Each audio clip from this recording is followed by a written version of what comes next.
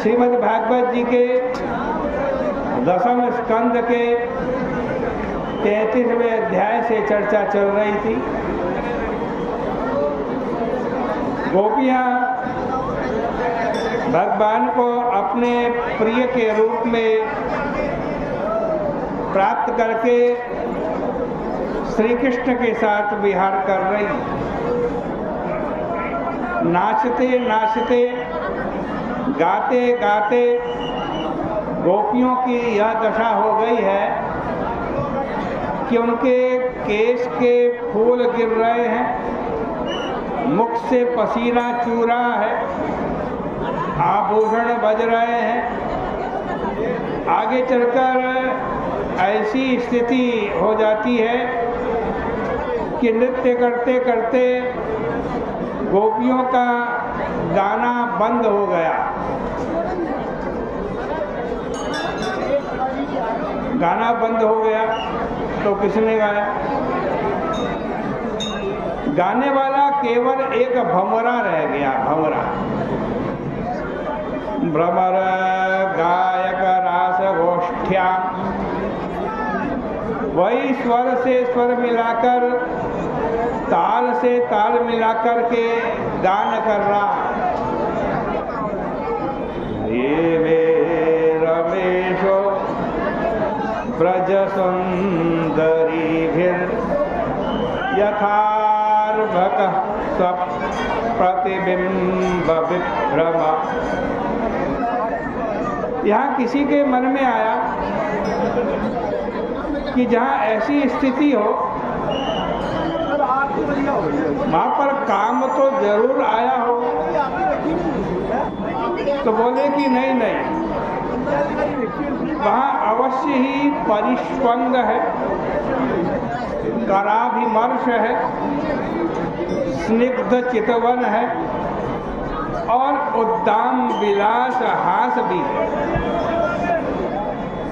इन सबके साथ ब्रज सुंदरियों से रमण कर रहे हैं,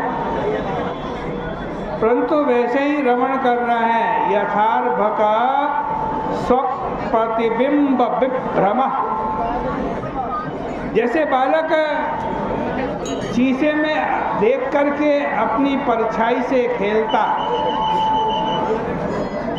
सारी क्रीड़ा बिंब प्रतिबिंब न्याय से हो रही है।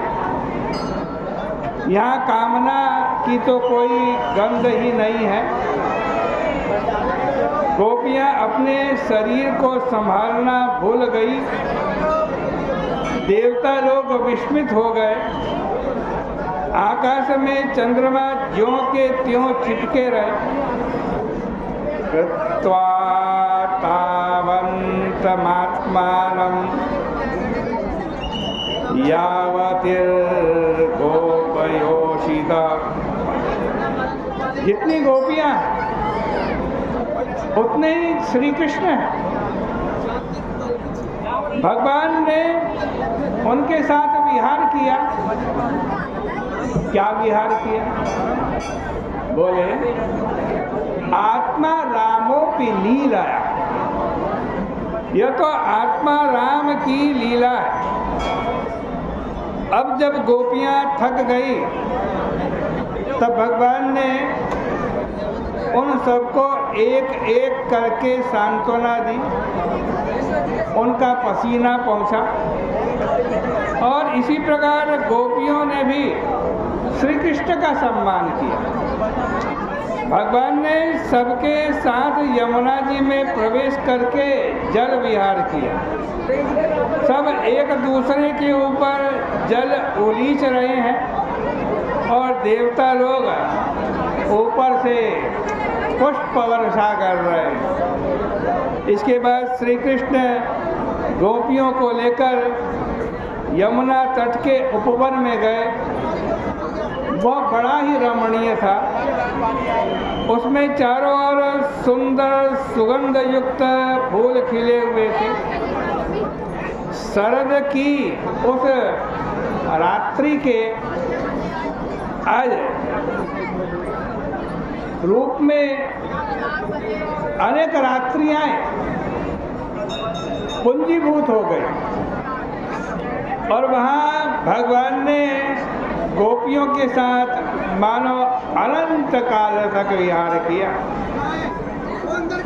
कुछ लोग रासलीला को लेकर भ्रम में रहते हैं, यह नहीं देखते कि सत्य काम भगवान ने काम को तो पहले ही स्तंभित कर दिया था।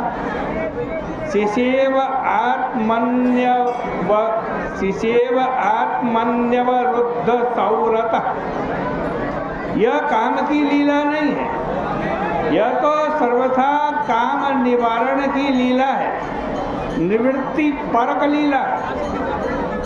अब परीक्षित द्वारा भगवान की लीला के संबंध में संदेह प्रकट करने पर सुखदेव जी महाराज ने बताया कि देखो राजा, हम तुमको पहले ही बता चुके हैं, किंतु वह बात तुम्हारी समझ में नहीं आई। अरे श्री कृष्ण तो बड़े तेजस्वी हैं, वे तो वन्ने सर्वभुजो यथा, अग्नि की तरह सर्वभुक होते हुए भी निर्दोष है। धर्म मनुष्य के लिए होता, आप जानते हैं मानव धर्म पशु पक्षी के लिए नहीं है, देवता दैत्य के लिए भी नहीं है। पर जब मनुष्य की दृष्टि संकीर्ण हो जाती है तब वह अपने ही धर्म को ईश्वर के ऊपर लागू करना चाहता है।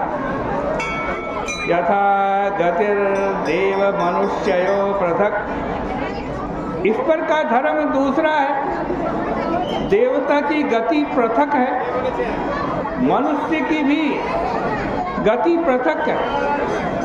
नेत समाचरेच्चा तो मनसा पी हरीश्वरा, इसलिए जो ईश्वरातिरिक्त है उसको मन से भी नहीं करना चाहिए।